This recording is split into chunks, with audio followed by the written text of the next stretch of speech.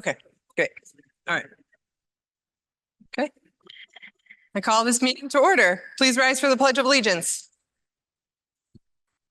I pledge allegiance to the flag of the United States of America and to the republic for which it stands, one nation, under God, indivisible, with liberty and justice for all. Great. Thank you. The clerk can call the roll. Councilmember Porter is absent. Councilmember Middleton, Councilmember Kavanaugh, Council President Medevetsky, Councilmember Dundon, Councilmember Costi, Councilmember Hotchkiss. Thank you very much. Thank you. All right. I'm looking for a motion to suspend the rules so that the mayor may come up and present. Motion by Councilwoman Middleton, seconded by Councilman Dundon. All in favor? Aye. Any opposed? Great. Thank you so much. I'm going to pass things off to our Chair of Finance for the introduction to the mayor. Come on up.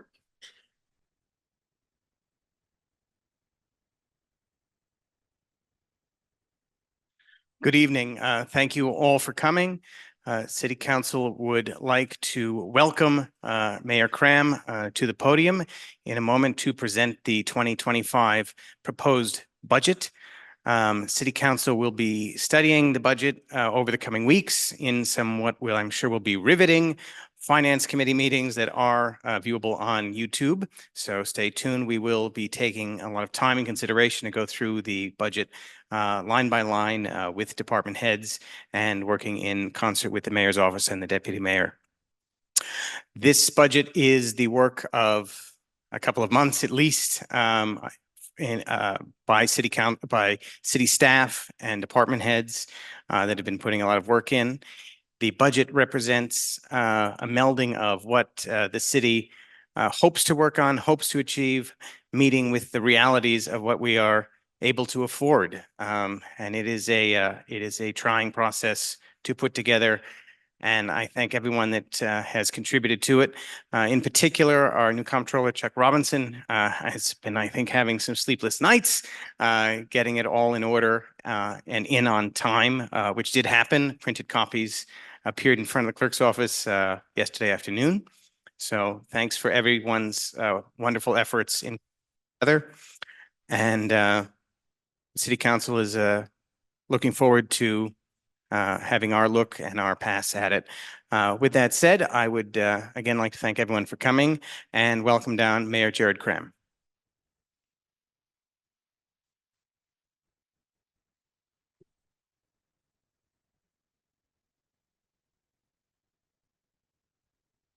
We put that right in.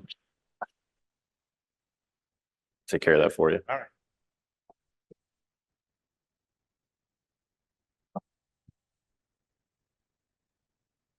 Okay. I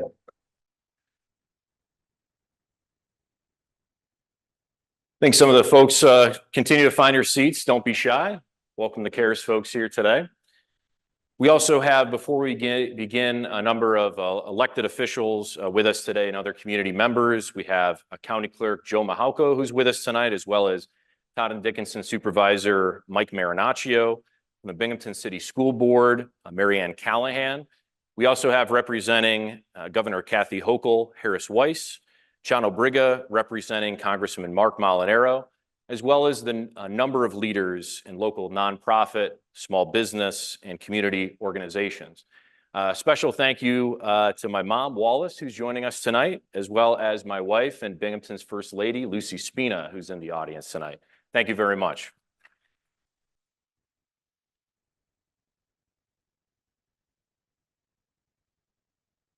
Members of City Council, invited guests, and those watching at home, good evening. A few weeks ago, I visited C.H. Thompson, a powder coating and finishing company on Binghamton's north side. Their products supply industries like aerospace, healthcare, and the military. Not long ago, they had 50 employees. Now they're at 67, looking to hire a dozen more to support a new production line. These are good-paying jobs with benefits that don't require a college degree. Employees come from all walks of life. Many walk to work from the same neighborhood. An urban manufacturer supporting key American industries. and building ladders to the middle class and beyond. All you need is a high school diploma and a will to work. You can find these stories all across Binghamton, signs of a community on the rise. All you have to do is look. There's not a manufacturing firm in Binghamton that isn't hiring. Many, like C.H. Thompson, are working with us on plans to expand and create new jobs. Binghamton is no longer New York State's property tax king. Home values have soared, and in the last census, the city's population grew for the first time since 1950. New housing projects have waiting lists, highlighting the demand for more housing, but also the fact that people want to live and move into the city of Binghamton in a way we haven't seen, certainly in my lifetime. Downtown Binghamton is the cultural and entertainment destination it was always destined to be. Sold-out crowds at the arena and ballpark, packed art galleries, the best local independent restaurants in our region. Binghamton's sense of community is strong too, with thousands coming together on the west side for Porchfest. I saw the organizers, Ellie Rooney and Katie Perkins, here tonight, so thank you. And LUMA, captivating young and old with creativity and technologic wonder. City Hall is fighting for residents and winning key court battles, prosecuting slumlords who prey on vulnerable families, and securing lockdowns on properties that harbor criminal activity. And we have some of the lowest crime rates in 40 years. We're taking on the problems some gave up on long ago and leading on challenges that oftentimes expand beyond our borders. Heading into 2025, City Hall has more than just a seat at the table. We're influencing statewide policy and legislation and delivering federal funding back to Binghamton in ways we've rarely seen before. We all feel it. We can feel it in this room. Binghamton has changed, and there's a lot to be optimistic about. But challenges remain. A third of our families live in poverty, including 40% of our children. That's down from a few years ago, but there's a lot more work to do. And too many residents live in unsafe housing. Even more pay higher rents than they can afford. While we fight tooth and nail to clear the way for new construction, providing funding, cutting red tape, and advocating for more help from Albany and Washington, families and seniors in Binghamton are frankly just waiting too long for shovels to hit the ground on the next project. We face the fiscal realities of running local government during an inflationary period. Commodity prices are up, so too are energy costs and health insurance. Equipment and vehicles have never been more expensive. And staying competitive in the labor market means raising salaries so we can attract and retain the best public servants. And while crime rates are at their lowest in decades, illegal guns are still finding their ways on our streets, and drug trafficking continues to ruin lives and lead to violence. There's not a neighborhood or business district in Binghamton that isn't calling for more resources to boost public safety. Solving these problems are costly, but I would argue they're so worthwhile. After years moving Binghamton forward in the right direction, now is not the time to keep our foot off the gas pedal. We have to continue to be bold, to put aside a long history of cynics telling us that certain problems are too big to solve, or that Binghamton is just too small to get results. City Hall has to continue leading, fighting for our neighborhoods, and making the smart investments that will help us win the next decade and beyond. This budget helps us answer that call.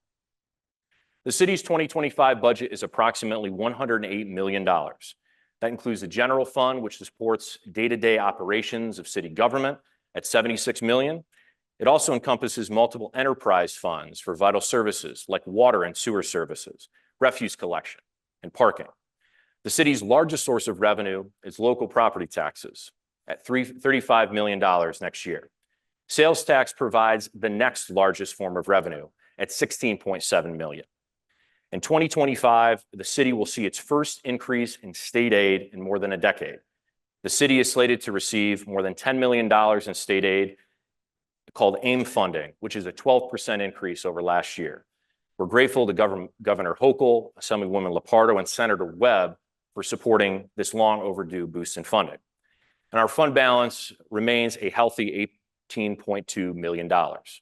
With rising costs and economic uncertainty nationwide, keeping this fund strong helps protect taxpayers against wild tax swings.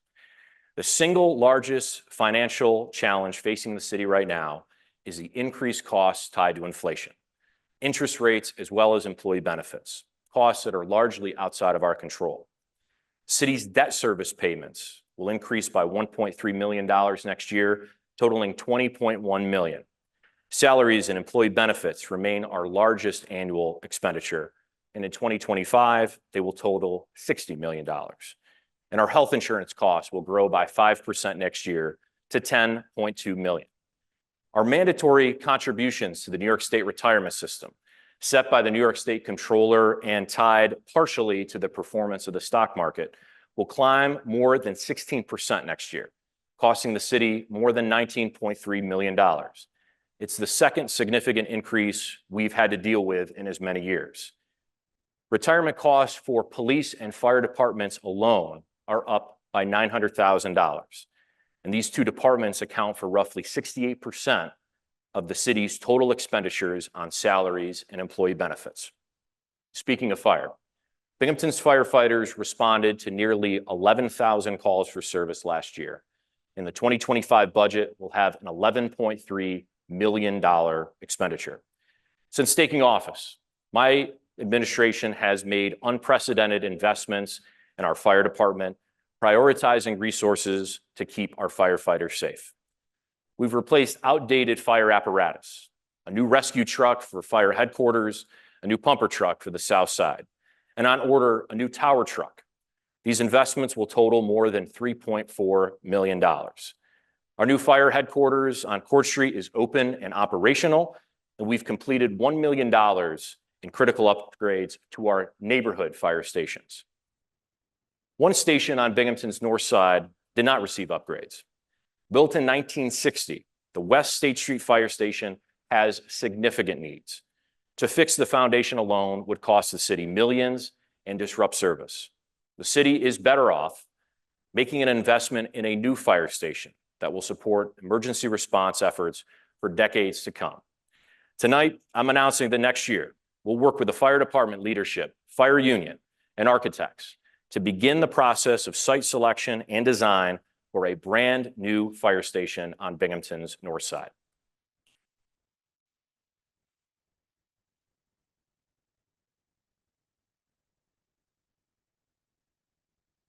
In 1960, the fire station cost a total of $86,000 to build.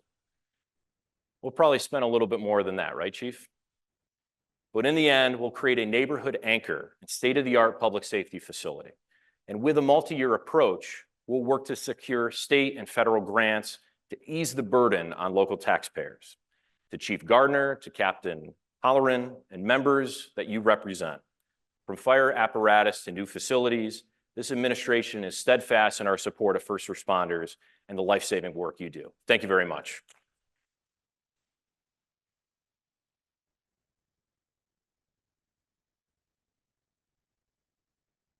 In 2025, we'll continue to push the build, push to build the infrastructure of Binghamton's future. Next year's budget will invest $7.6 million as part of annual repairs and upgrades to our streets, curbs, sidewalks, and other critical infrastructure. That includes replacing aging water and sewer lines, keeping our drinking water safe, and our neighborhoods protected from flooding. By consolidating 2 vacant positions in our engineering department, we'll add a second licensed professional engineer who will work alongside city engineer Ron Lake to improve planning and management of infrastructure priorities.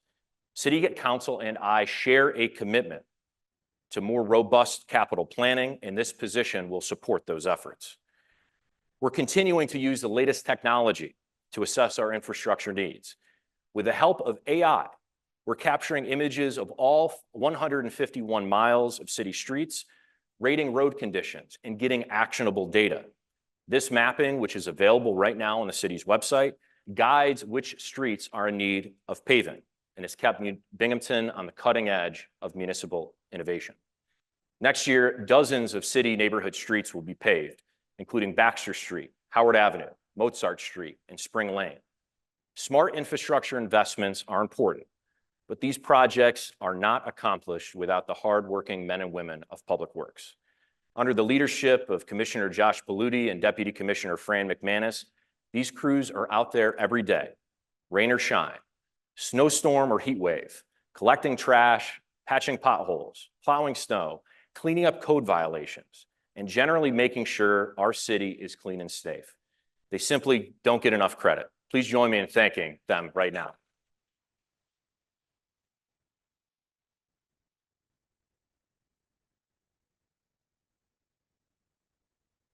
Next year, we'll advance a $4 million project to improve Main Street, focusing on pedestrian safety. We'll install new pedestrian signals and construct bump outs to make it safer for the many high school students and residents who walk the corridor. 75% of the project costs will be covered by federal grant dollars. In 2025, we'll also break ground on more upgrades to create a walkable downtown arts district. With $4.4 million, we'll build a transformative second phase of the Deco streetscape improvements, extending down Henry Street, Washington Street, and Lewis Street. Anchored by the Forum Theater, this area will receive improvements like new lighting and landscaping, pedestrian safety upgrades, and a full street reconstruction. Work will also begin on a major project to transform the area around Mirabito Stadium. Thanks to a $5 million federal grant spearheaded by Congressman Mark Molinaro, we'll get to work making Henry Street safer and more attractive. The two-year, $9.5 million project includes a full reconstruction of Henry Street, adding landscaping and removing medians. We'll also fix significant stormwater issues that have contributed to flooding in that area. These are transformative projects in Binghamton's downtown and key corridors. They point to our standing as a regional leader in turning complete streets policy into action, investing in public infrastructure built not just to support cars, but pedestrians, cyclists, and the small businesses that share the street. I've said this many times. Infrastructure is the foundation of local jobs and commerce. It's what keeps residents and businesses moving, creating good-paying construction jobs, and pumping more money into our local economy. In 2025, if you add up our annual maintenance spending and the projects that I've just outlined, Binghamton will be spending $21 million on infrastructure upgrades in 2025 alone. We should be thinking big when it comes to infrastructure, and we should be thinking outside the box. We learned exactly how that was effective just last year when our report on the condition of Binghamton's railroad bridges attracted national attention and prompted Norfolk Southern to spend millions of dollars repairing their infrastructure. The railroad company completed a full rehabilitation of the Glenwood Ave overpass last year, and major work on Jarvis Street and Front Street bridges will wrap up this year. For a $44,000 engineering study and some work by me from the bully pulpit, we delivered serious results for Binghamton residents.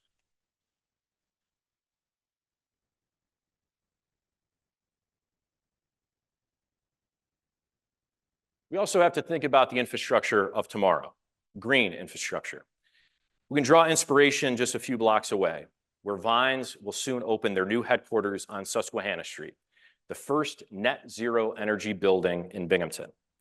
The city provided a $300,000 grant to support the work, helping revitalize an important part of Binghamton's urban core and grow the organization's impact on youth programs.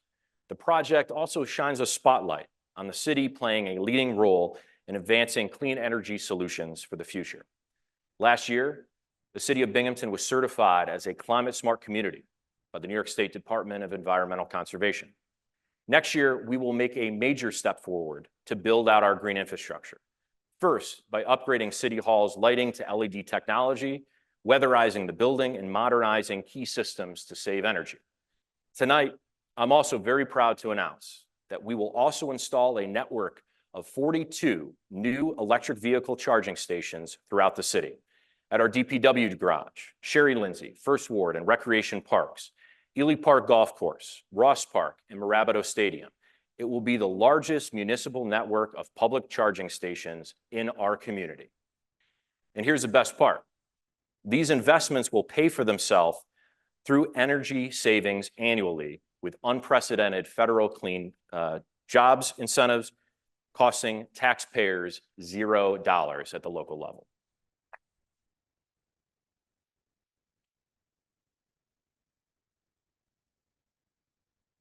In 2025, we'll cut the ribbon on something Binghamton has never had before, a city-run youth recreation center.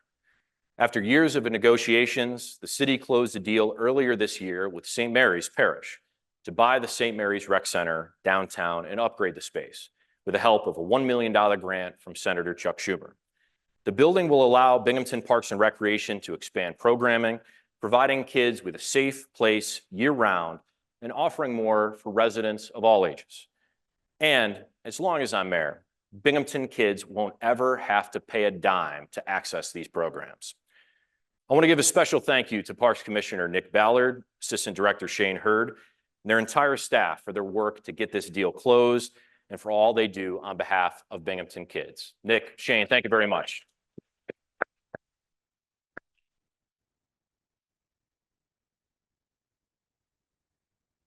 That's not all we'll do with parks. Tonight, I'm announcing a $100,000 investment in Ross Park on the south side, advancing much-needed repairs for the visitor parking lot. On the west side, we'll renovate the recreation park pool area with the help of a $230,000 state grant, replacing the pool deck and building a new picnic and entrance area. The project is part of a new state SWIMS program, which aims to expand access to water recreation in our urban areas. A few weeks ago, Governor Hochul announced the City of Binghamton would be part of the first round of grant awardees. And downtown, we're working with community partners like the Rice Foundation to guide future upgrades at Columbus Park, leveraging that new rec center right next door and making the park a hub for recreation and play.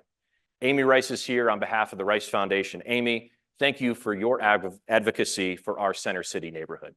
Thanks, Amy.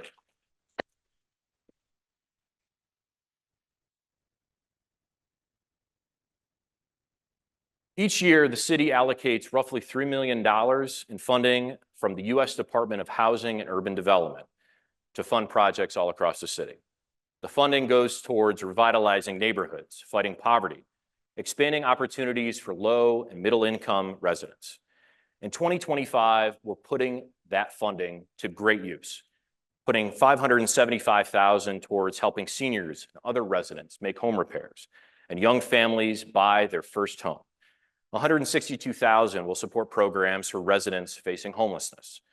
We've set aside $468,000 to tear down blighted properties, including several the city took in a settlement win from Isaac Anzaroo, formerly Binghamton's most notorious slumlord. I'm thrilled to announce that these demolitions will begin in the coming months. We'll use $130,000 of that federal money to pave roads in lower income neighborhoods. And more than $196,000 will support youth programs like those run by Vines and the Boys and Girls Club. Executive Director of the Boys and Girls Club, Mary Beth Smith, is with us tonight. Mary Beth, thank you for your commitment to Binghamton's youth.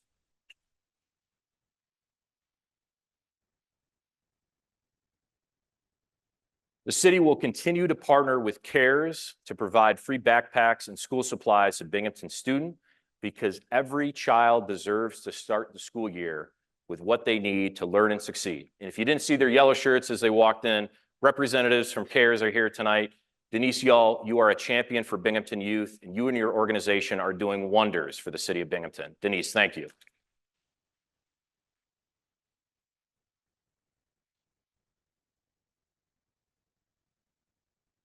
We can best help our families by growing our tax base and creating jobs.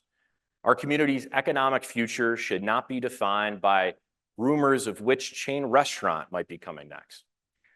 Those profits leave our community. Those businesses don't set us apart. What will set Binghamton apart?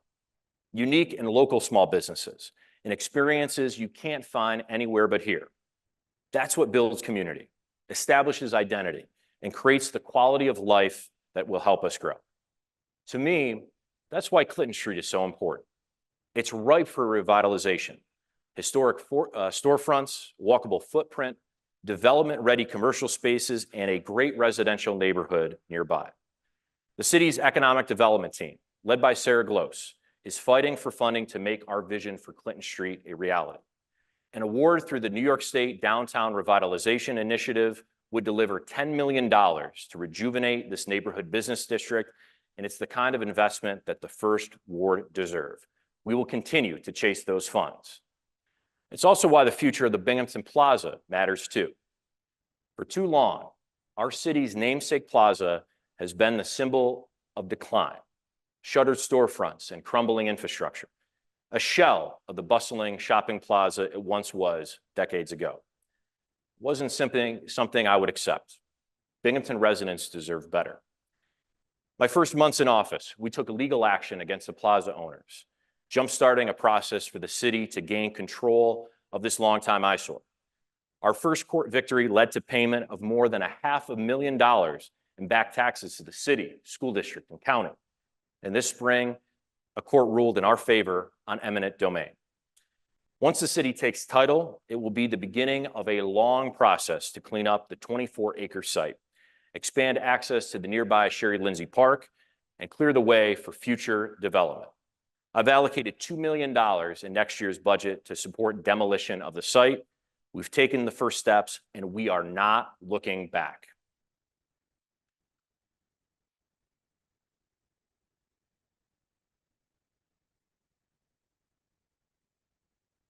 If we want to bring good paying jobs to Binghamton, we have to make sure that we have the housing to support them.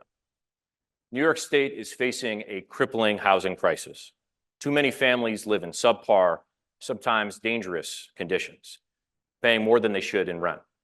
Seniors looking to downsize have nowhere to go, leaving them holding on to large homes better suited for young families. Young people who land jobs here, eager to put down roots, struggle to find a place to live. It's a serious challenge facing cities all across America.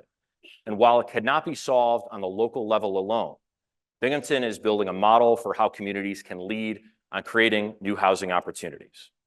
Here's what we're up against. We have to build more housing. Everyone agrees on that. But given the cost of construction today, it's just not feasible for the private sector or even nonprofits to build new units and charge affordable rents without any help.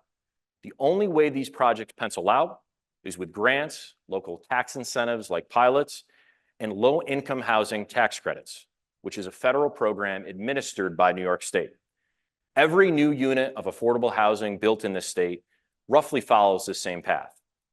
But the awarding of those grants and incentives are highly competitive and painfully slow, meaning the city of Binghamton might have one project a year that gets funded.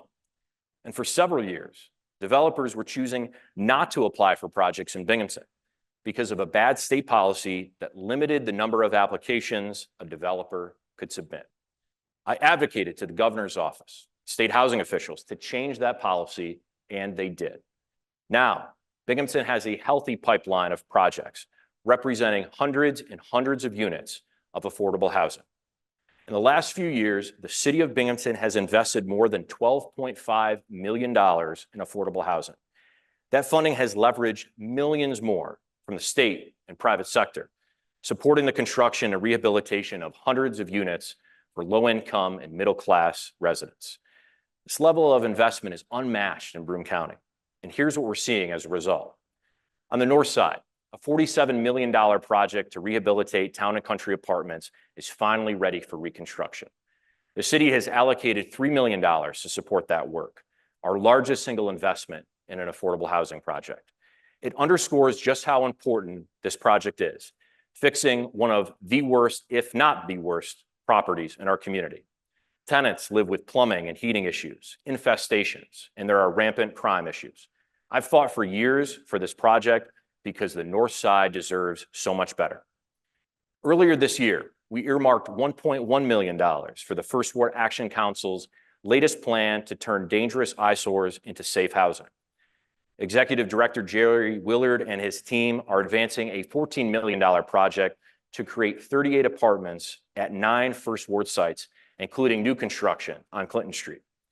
We're continuing our partnership with the Broome County Land Bank. Rob O'Donnell is here representing the Land Bank, rehabilitating vacant homes into new homeownership opportunities. Very soon, once blighted properties on Andrews Ave on the east side and Beethoven Street on the west side are soon going to be ready for new families. $5 million in state funding is helping Binghamton families and seniors who own their homes but need assistance making upgrades like roof replacements and utility upgrades. On Munsell and Liberty Street, a $3.3 million project by Greater Opportunities is underway right now that will build 12 units of housing, with half reserved for seniors, and 100 units of affordable housing at a project run by the Binghamton Housing Authority will be updated, hundreds of units, with a $65 million project at Saratoga on Binghamton's south side. There are even more projects in the pipeline. A $28 million, 61-unit workforce housing project near Mirabito Stadium, a $35 million project by the YWCA to bring new apartments and childcare downtown, a $41 million project on the site of the former DMV on Clinton Street, where 120 apartments will be going, and $3 million of state funding has already been secured. The city allocated funding to support all of these. And these are projects that are actually doing what we all want to do, build more housing. Here's why it matters. Here's a little story. In 2017, Crandall Street on Binghamton's west side was averaging 9 to 10 police calls a week. These blocks were a hub for crime, filled with blighted buildings and little hope. Back then, the city worked with neighbors, including Rosemary Markoff, who's here tonight, and a representative of Safe Streets, and the First Ward Action Council on an $11 million project to revitalize the street, gutting and renovating those homes and creating nearly 40 units of new affordable housing. Today, the police calls on Crandall Street are down 82%. There were 86 calls for service down last year, down from 490 the year before construction began. When we build safe, quality, and affordable housing, the entire neighborhood benefits. And the ripple effects can be felt across the community, whether you live in these units or not. Crime dips, surrounding property values increase. Family and kids are set up for better outcomes. It's the type of progress that's helped Binghamton become the first city in New York State recognized as a governor's pro-housing community and received that designation this year. And we're not stopping. Thank you.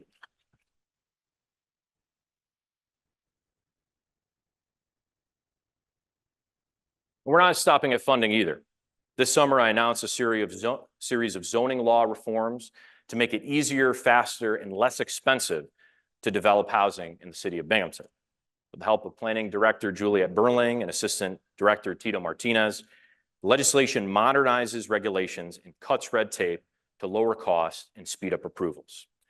Again, in the budget next year is funding for our code prosecutor position I created my first year in office.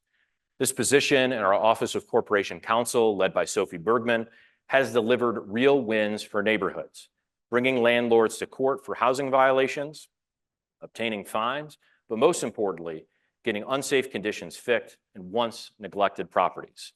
It's all part of our effort to take on slumlords who put families in danger and drag down entire neighborhoods. Because for Binghamton's families, safety should be City Hall's #1 priority.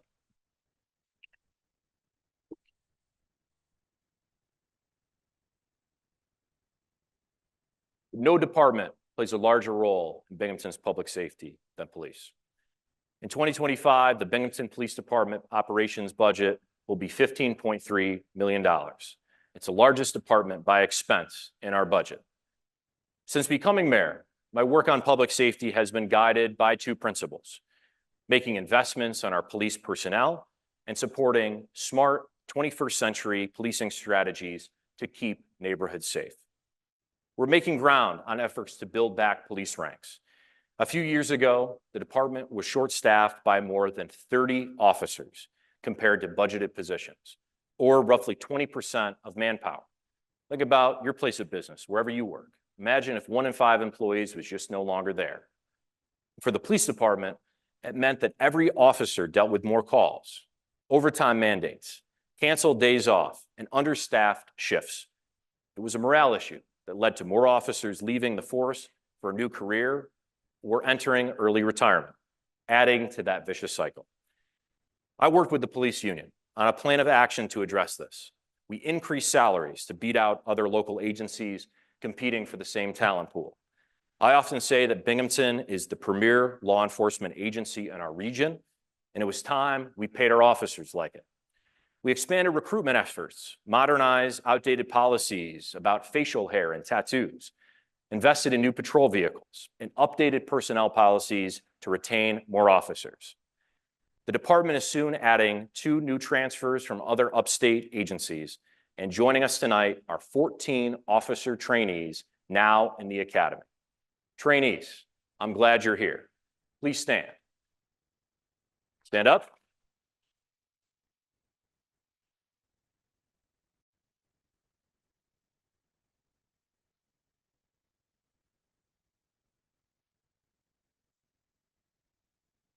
Thank you.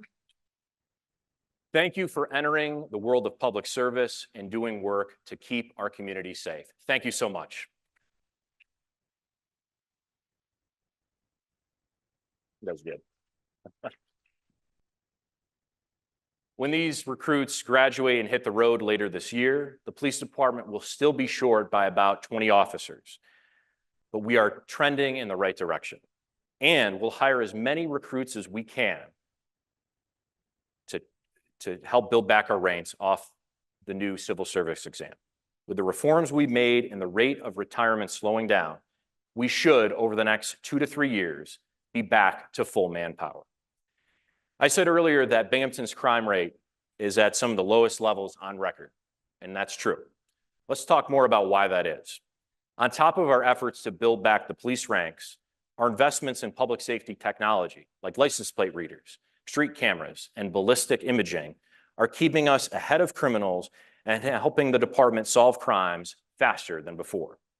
Like most cities, our violent crime is committed by a very small number of people, and in most cases, who almost always know each other. When we can make arrests quickly and remove violent criminals from the streets, we can prevent future shootings. Through the Southern Tier Crime Analysis Center, located here at City Hall, Binghamton Police are working hand in hand with state and federal law enforcement agencies, cracking down on drug traffickers and violent criminals, and are aided by the best technology available.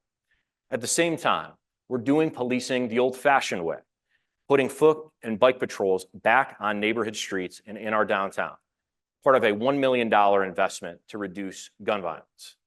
On both sides of the aisle and at every level of government, there is buy-in that investments in public safety work. Under Governor Hochul, the state has made record investments in law enforcement, providing grants to agencies like Binghamton for new technology, overtime, and manpower to solve crimes. And just last week, the county announced $2 million more in funding going to the Broome County Sheriff's Office, adding positions. Supporting law enforcement resources is a bipartisan priority. In Binghamton, we've reached the point where we can't repeat the mistakes of the past.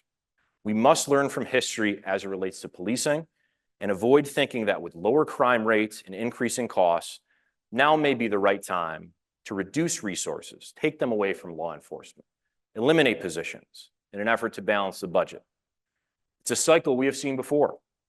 It was President Biden who said, community policing becomes a victim of its own success. As crime goes down, so too does public pressure to focus on policing. Not in Binghamton.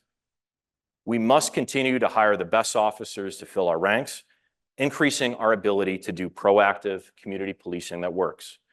We have to invest in technology and programs that make our community safer, special units for hotspot policing, undercover narcotics investigations, traffic safety details, school resource officers, and collaborations with neighborhood watch groups. And most importantly, we have to continue to build back a patrol division that is fully staffed for every shift. We must strive to have the best trained, most compassionate, diverse, and dedicated police force we can.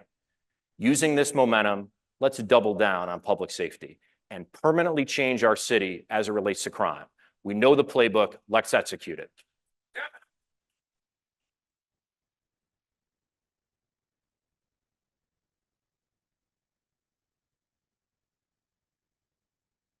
I've spent a lot of tonight talking about the complex challenges and tough decisions facing local government like ours. But of course, it's not just municipalities that are dealing with rising costs that make it difficult to balance a budget. Families across Binghamton are facing the same challenges. They're paying more at the grocery store, more in rent and utilities, more everywhere they turn. In building the city's budget for 2025, funding the services residents deserve while keeping property tax bills from jumping was my top priority. The 2025 budget will include a modest increase in our tax levy, 0.9% increase rate for homeowners. For most Binghamton residents, this will be about a $15 difference over their property tax bill compared to last year. This keeps us well below the tax cap and in line with responsible fiscal management. As many school districts and municipalities vote to exceed their tax caps, we continue to stay well below it, choosing not to overburden taxpayers while still investing in the projects and services they deserve. Some closing thoughts this evening. Putting together a $108 million spending plan that accounts for the needs of our residents and the bold priorities for our future is no small task. Every department head at City Hall is called upon to make tough decisions. New in their roles, Comptroller Chuck Robinson and Assistant Comptroller Rachel Perkins put in countless hours searching for cost savings at every turn. Lori Cliff, who retired from City Hall earlier this year after decades of service, returned to help, lending her unmatched budget experience. Also with the help of Deputy Mayor Megan Hyman, who worked to put together not just this address, but the funding priorities for each department. A strong budget simply would not be possible without them. Please join me in thanking them. Chuck, Rachel, stand up. Lori, stand up.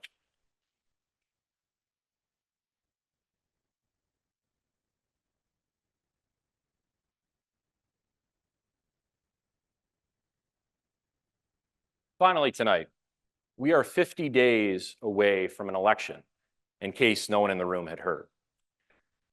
This election will certainly define our political landscape for the next 4 years and probably shape the course of American history. It's become a powerful force in our lives, politics has. It's torn families apart, turned neighbor against neighbor, eroded faith in important institutions, and led to gridlock everywhere we look.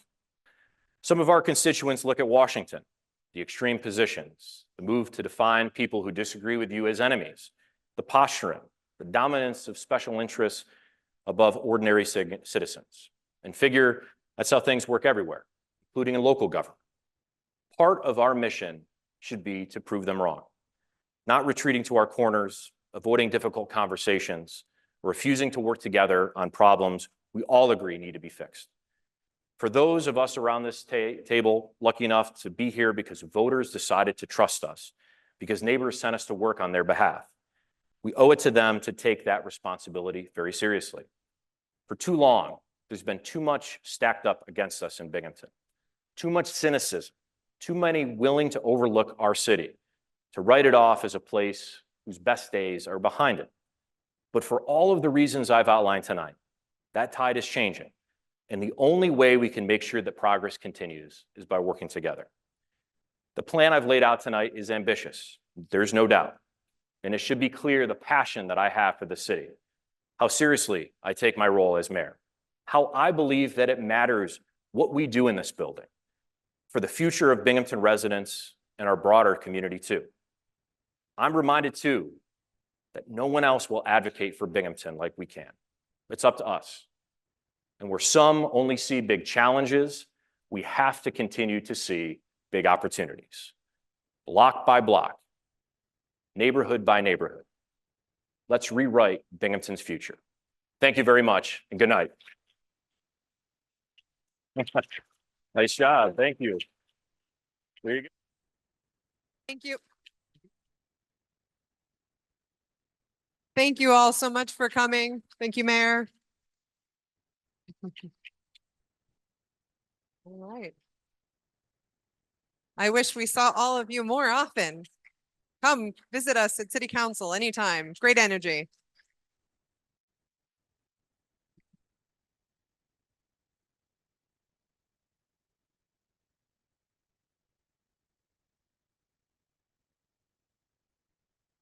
Thank you all so much. And with that, I'll be looking for a motion to adjourn. Oh, I think I'm going to go with Councilman Kavanaugh on the motion to adjourn. Seconded by Councilwoman Middleton. All in favor? Any opposed? Great. Please feel free to come and interact with council. We'd love to speak with you all.